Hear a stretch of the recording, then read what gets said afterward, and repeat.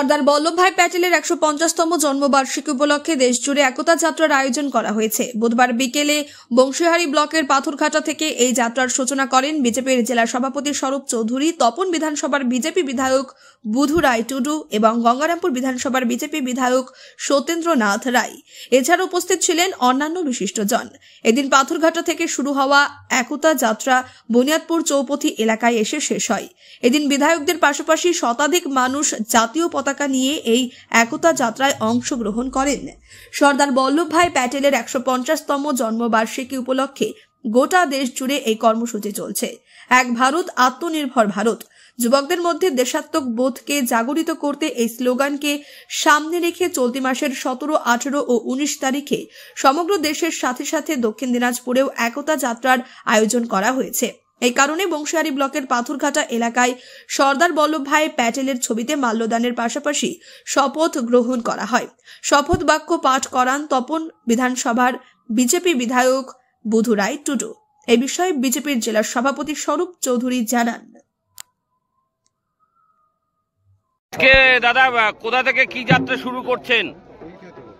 আপনারা জানেন যে সর্দার বল্লভভাই প্যাটেল অর্থাৎ যাকে ভারতবর্ষের লৌহ মানব বলা হয়, তার ৩১শে অক্টোবর ২০২৫-এ ১৫০তম জন্ম শতবর্ষ বা জন্ম সার্ধ শতবর্ষ কমপ্লিট হয়েছে।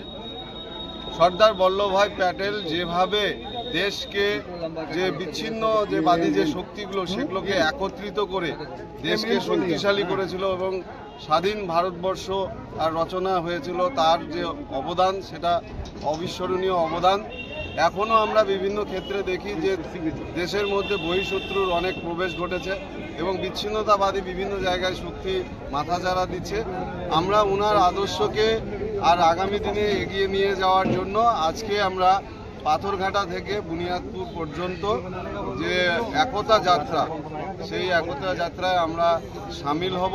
এছাড়াও আপনাদের বলে রাখি যে বঙ্কিমচন্দ্র চট্টোপাধ্যায়, যিনি ভারতবর্ষের রাষ্ট্রীয় সঙ্গীতের রচনা করেছিলেন, ওনারও ১৫০ বছর পূর্তি হয়েছে। এছাড়াও যে বিরসা মুন্ডা, ভগবান বিরসা মুন্ডা, যার ২৫ বছর বয়সে ইংরেজদের হাতে তিনি মৃত্যুবরণ করেন, ওনারও আজকে 15ই নভেম্বর ১৫০ বছর পূর্তি উপলক্ষে পূর্তি হয়েছে। সমস্ত বিষয়কে সামনে রেখে আজকে এই একতা যাত্রা দক্ষিণ দিনাজপুর জেলায় এই বুনিয়াদপুর অর্থাৎ বংশীহারি ব্লকে অনুষ্ঠিত হচ্ছে।